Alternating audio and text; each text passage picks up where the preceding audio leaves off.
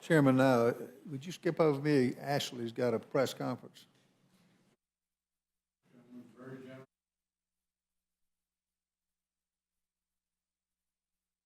Thank you, Mr. Norman. Dr. Fox and Representative Takano, thank you for coming to testify before us today. We appreciate your time. I'm a member of the Education and Workforce Committee, and we had a robust hearing on this bill. I'm glad we're discussing this important issue today. I'm going to start out by saying something I never thought I would have to say in the Rules Committee or anywhere in Congress for that matter, but here it is. Women and men are different. That's not meant to be controversial. It's not mean-spirited. It's not outlandish or anything other than a factual statement. But perhaps I can be a little more specific. Women and men are physically different. Biological males do have competitive advantages related to size, height, and muscle mass. Women and men have different physical characteristics, and that is okay. But this is why Title IX exists, to ensure that despite these differences, women and men have the same opportunities in competition and for scholarship. Here are just some statistics for us to consider.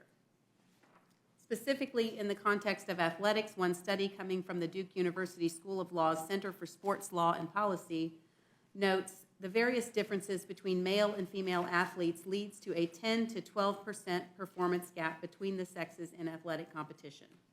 Dr. Fox, I'd like to ask a simple question.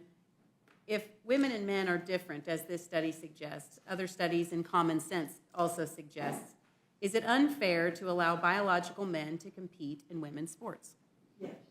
Of course it is. That was a quick answer. I've seen the real effects of this. My two daughters are swimmers. And if they had to compete against biological males, which they have not yet, they would be outperformed by their male counterparts. I've seen the real effect of this in one swimmer named Riley Gaines. We've talked about her a little bit tonight. I actually spoke with her Friday about her experiences competing against a biological male. She was candid in her response, but respectful. And I'd like to just read a little bit from her statement. She says, in her own words, "In addition to being forced to give up our awards, our titles, our opportunities, the NCAA forced female swimmers to share a locker room with Leah Thomas, a 6'4", 22-year-old male equipped with and exposing male genitalia. We were not asked for our consent, and we did not give our consent. Unfortunately, my experience is not unique, and that's why I ask you to please pass H.R. 734. The number of female athletes who've been denied opportunities, traumatized, or hurt by policies that claim to promote inclusion is growing at an alarming rate. This is simply unacceptable, and the integrity of women's sports is eroding." Mr. Chairman, I would like unanimous consent to add this to the record. Without objection. So a couple of things I'd like to point out.